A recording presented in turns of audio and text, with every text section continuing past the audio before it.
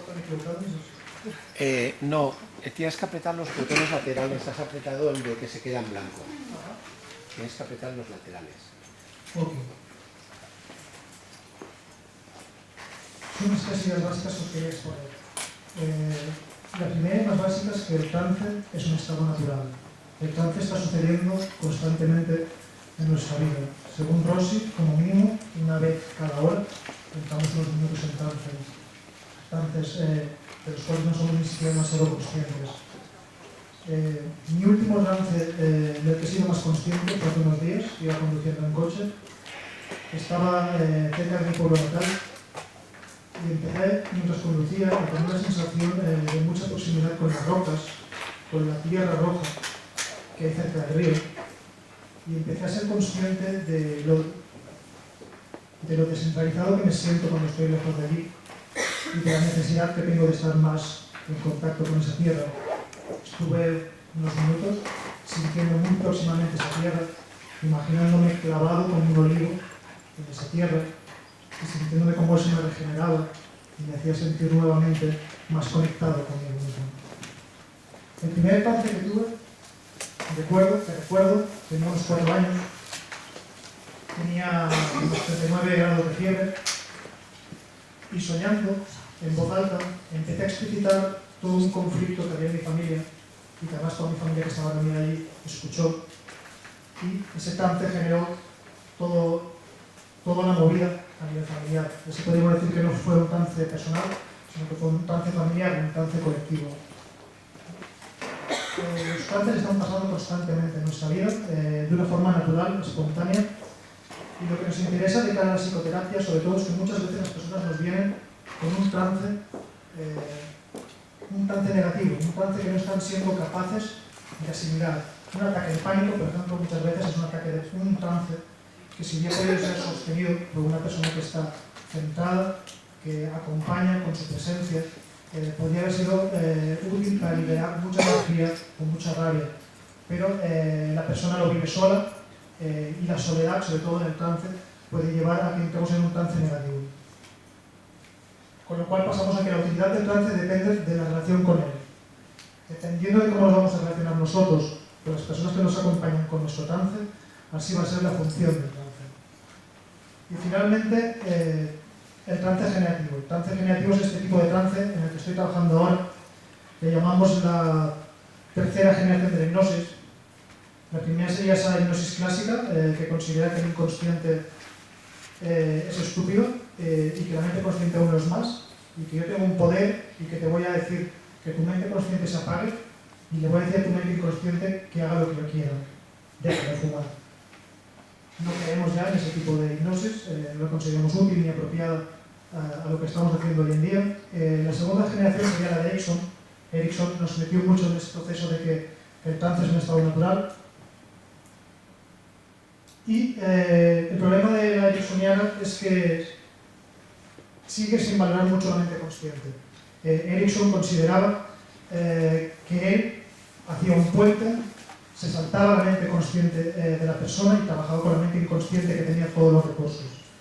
En la tercera generación estamos valorando nuevamente también la mente consciente y consideramos que hay que encontrar un equilibrio entre la mente consciente y la mente inconsciente, que es como una danza, que es como un baile entre esas dos mentes. Con lo cual, en el trance generativo trabajamos con 3 mentes. La mente cognitiva, esta mente que tenemos en la cabeza, y que la intentamos enfocar hacia un objetivo vital. Lo que más quiero yo en estos momentos en mi vida construir es, enfocamos hacia allí nuestra mente. Después, la mente somática.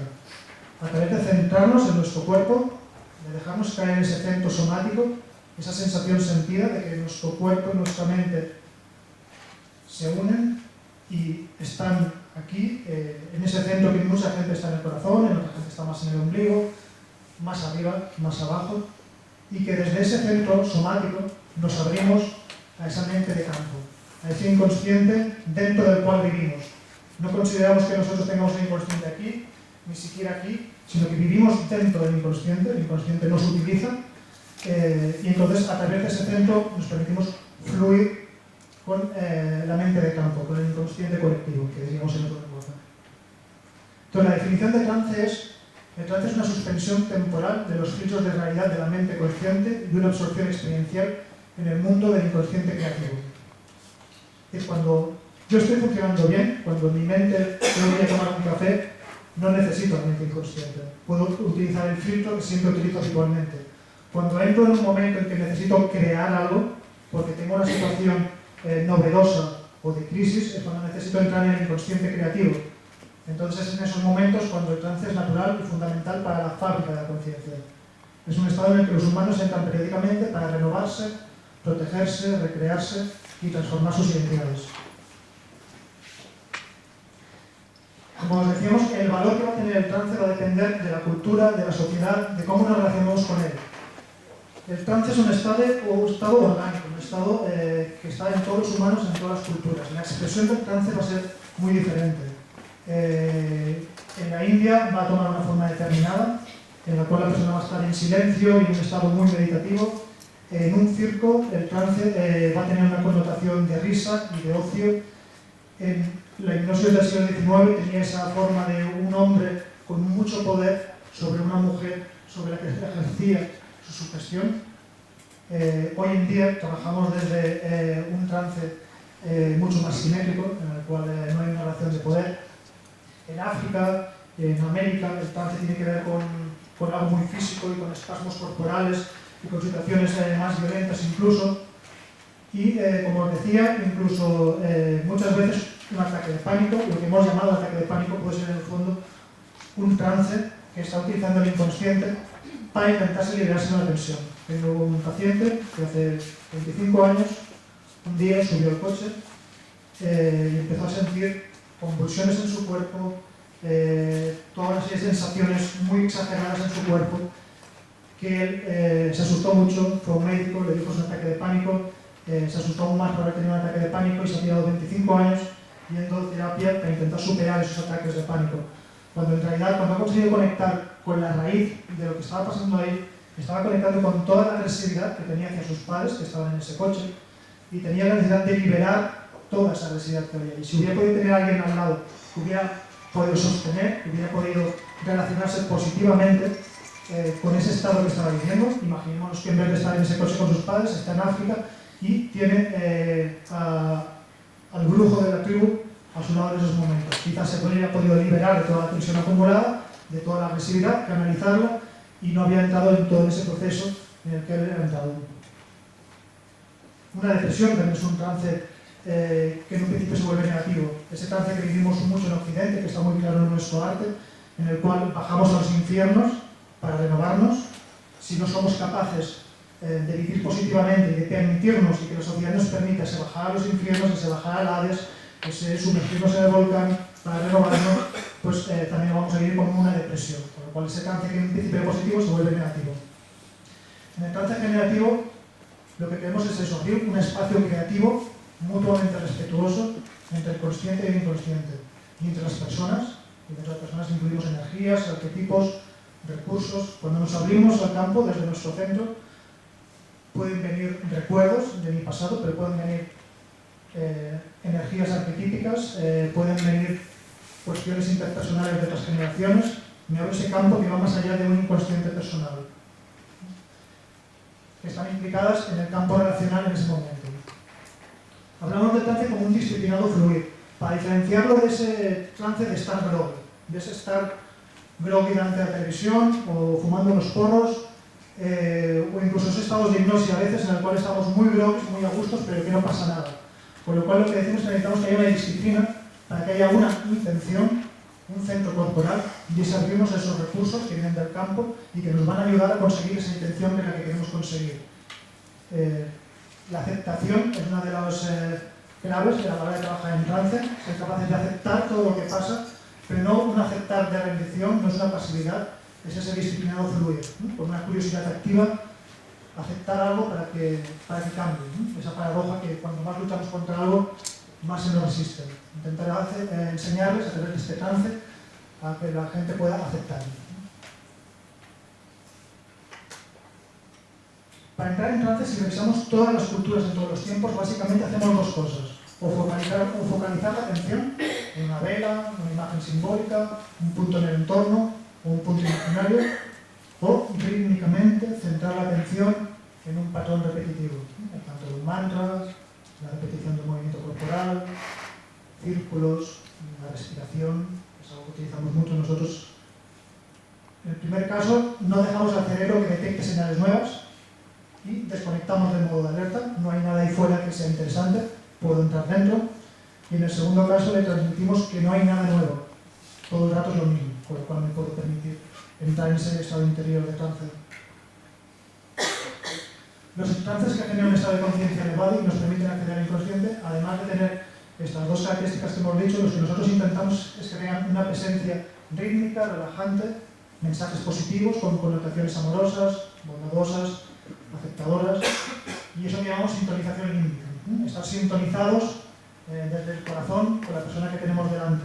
Stephen Gilligan, que es la persona que ha desarrollado el trance generativo, dice: tenemos que intentar enseñar a las personas a que se traten a sí mismos como tratan a su perro, de esa forma cariñosa. Cuando tienes al perrito y lo estás acariciando y le estás hablando de esa forma que hablamos solo a nuestro perrito, incluso hay personas que les es más fácil si les hablamos de cómo tratan a su mascota que incluso de cómo tratan a un niño, de cómo tratan a un bebé, porque ahí pueden estar más bloqueados. Incluso esas personas que están muy bloqueadas, si les dices trátate como tratas a tu perro, no es despectivo, les ayuda. Entonces volvemos a esa idea de que el trance es fundamental en la creación de identidad. El trance ocurre allí donde la identidad necesita ser recreada, sanada o trascendida, donde ya no podemos continuar funcionando como estábamos funcionando hasta este momento. Y entonces entramos en ese inconsciente. Inconsciente es un concepto, en cada teoría se define de una forma determinada. Desde el trance generativo decimos que el inconsciente es un inconsciente cuántico, con lo cual es un inconsciente en el cual hay las infinitas posibilidades de lo que yo podría ser en cualquier momento. Salgo de ese patrón fijo en el que estoy bloqueado neuromuscularmente, en el cual yo solo puedo ser de una forma determinada, en el consciente, y me dejo caer en ese inconsciente donde tengo las infinitas posibilidades de poder ser de otras formas posibles y crear algo nuevo para enfrentarme a esta situación que está siendo problemática. Tipos de trance que vivimos habitualmente. El primer tipo es el de descanso y renovación. Este es el que vivimos casi cada hora, cuando nos quedamos un poco colgados, cuando hacemos una siesta, cuando nos vamos de vacaciones, los fines de semana. Esta necesidad orgánica de salir del patrón fijo y relajarnos para crear algo nuevo. Recreando identidades. Esta tiene que ver con esos trances que tienen más que ver con situaciones sociales. Los cumpleaños, las bodas, esas situaciones en las cuales a través de la música, la celebración, la reunión, entramos en estados colectivos de trance para marcar un cambio de un estado a otro estado, de soltería a casado. Y para los que nos interesan más son los para curar y transformar. Entramos en trance para que la identidad pueda ser curada y transformada periódicamente. La muerte de un ser querido, una enfermedad, matrimonio, jubilación, un cambio de trabajo. Todo este tipo de situaciones críticas, si las vivimos de esta forma crítica, nos van a dar la oportunidad de entrar en un trance. De hecho, automáticamente activan esa situación de trance. Si nos lo permitimos vivir, vamos a entrar en ese trance. Si tenemos un buen acompañamiento de ese trance, vamos a salir de allí renovados. Si no podemos entrar allí, si nosotros bloqueamos y tenemos miedo al estado en el cual estamos entrando y le llamamos depresión, en vez de me voy a renovar, tengo que bajar hasta mis infiernos y transformarme, entonces ahí nos vamos a quedar bloqueados. Pues necesitamos que alguien nos acompañe y nos ayude a poder vivir el trance como cualquier respuesta incompleta, como cualquier cosa que no ha podido ser integrada. Y que en eso la naturaleza es constante y cruel. Cuando algo no ha sido integrado, vuelve y vuelve y vuelve hasta que sea integrado y hasta que encuentre una presencia humana, aceptadora, amorosa, que sea capaz de aceptarlo. Con esos estados de trance negativos nos va a pasar lo mismo. La depresión, la adicción, el pánico pueden ser estados de trance negativo. La depresión es un trance dominado por pensamientos negativos de nadie me quiere, estoy solo, y esa sugestión constante me hace estar en ese trance negativo. Y finalmente, esos trances en los que entramos cuando hay un shock, cuando hay un trauma. cuando de repente hay un diagnóstico cáncer, cuando realmente de repente me llaman y se ha muerto la persona más importante de mi vida, cuando entramos automáticamente también en ese trance que nos va a permitir renovarnos. Hace poco una persona me contaba cómo realmente cuando le diagnosticaron con cáncer empezó a ver la vida con una claridad que hasta ese momento no había podido vivir. Las relaciones, cambió su relación de pareja, cambió el país donde vivía, hizo grandes cambios porque podía ver las cosas tal como eran, como ella decía. Se curó y en el momento en que recibió el diagnóstico de curación, dice, los patrones antiguos volvían a volver y volvió a una relación igual de conflictiva que la anterior y todo volvió a ser como antes. Y entonces me di cuenta que había que trabajar sobre esos patrones, que tenía que volver a ese estado que me había permitido esa gran crisis, ese gran trance que en ese momento no pude utilizar. El trance generativo, digamos un neuroscience de tercera generación, tiene un poco, me gusta esa frase de William James, de que la mente inconsciente es el caballo y la mente consciente es el jinete. Y la relación entre las dos es de gran importancia. A veces en terapia les cuento a las personas que vienen unas viñetas que hay en algunos monasterios budistas, en los cuales en la primera viñeta hay un monje budista meditando y hay la cola de un toro en la esquina. En la siguiente se ve al toro empitonando al monje budista, amenazándole. En la tercera están luchando, una imagen de lucha. En la cuarta el monje budista ha podido vencer al toro y lo tiene el pie encima, esté derrotado. En la siguiente, el monje budista está intentando tirar la cola del toro. Si en ti me falta algo, ponte en marcha otra vez. En la siguiente vuelven a estar luchando, vuelven a estar peleando. Y en la siguiente, finalmente, el monje budista cabalga sobre el toro. Y la siguiente es un mandala, ¿no? Una imagen más de iluminación. En el trance generativo intentamos un poco eso, que la mente consciente y la mente inconsciente se hagan amigas, que haya una buena danza, que se relacionen de una forma en la cual la mente consciente tenga la capacidad de sintonizar para escuchar profundamente a la mente inconsciente. Entonces no se trata de hacer un tipo de terapia en la cual yo como experto voy a trabajar con tu inconsciente, sino que te voy a permitir un espacio, unas experiencias de aprendizaje, para que aprendas a relacionarte de una forma diferente con tu inconsciente y con lo que pasa en tu interior. Entonces es una conversación entre la mente consciente y la mente inconsciente, entre la mente somática y la mente cognitiva. El concepto fundamental es la relación, como decía. Estas son básicamente las tres ideas que os quería transmitir sobre el trance generativo. Entrar en detalles de cómo es el trance generativo es algo que sobrepasa los 10 minutos, el cuarto de lo que teníamos. No sé si tenéis alguna pregunta, alguna cuestión que os pueda aclarar un poquito esas tres ideas que como mínimo os quería dejar. No sé cómo vamos.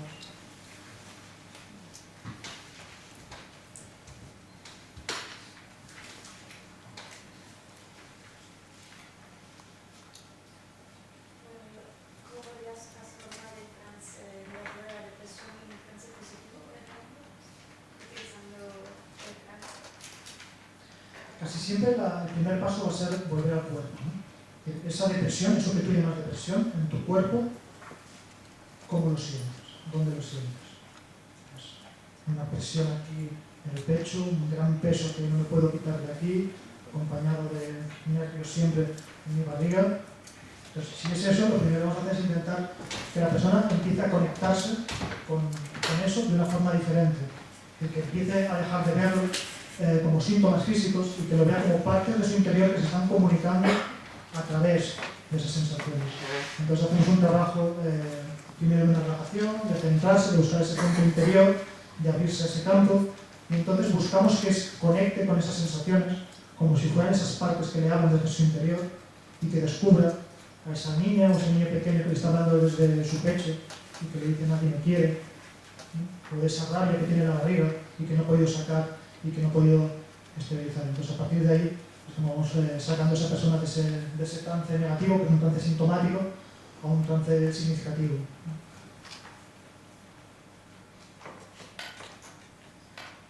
Muchas gracias.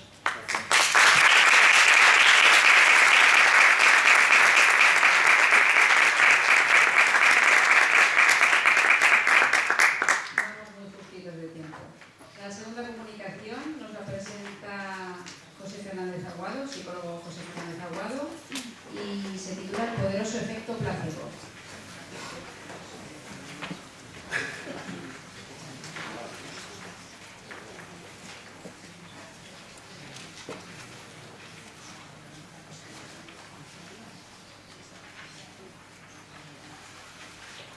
Bueno, esto que ha dicho Esther es una sugestión. Lo de que vamos justos de tiempo, yo creo que sigue aquí el macetero. Intentando ser muy conciso, porque los 15 minutos que tenemos es muy poco tiempo. Yo voy a hablaros del efecto placebo, del poderoso efecto placebo, que está en todas partes. Y para ello os voy a mostrar una entrevista, los 3 primeros minutos de una entrevista. Los 3 primeros...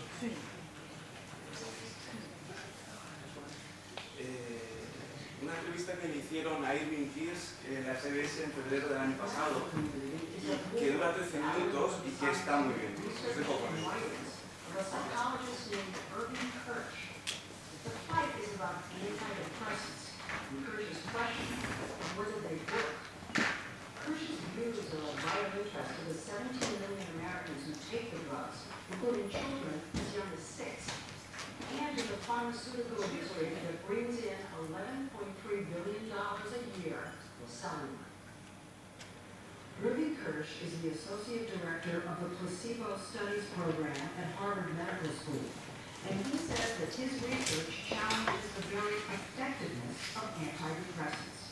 The difference between the effect of a placebo and the effect of an antidepressant is minimal for most people. So you're saying if they took a sugar pill, they have the same effect?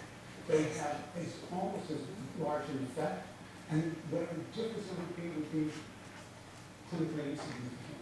But people are getting better taking antidepressants. I know them.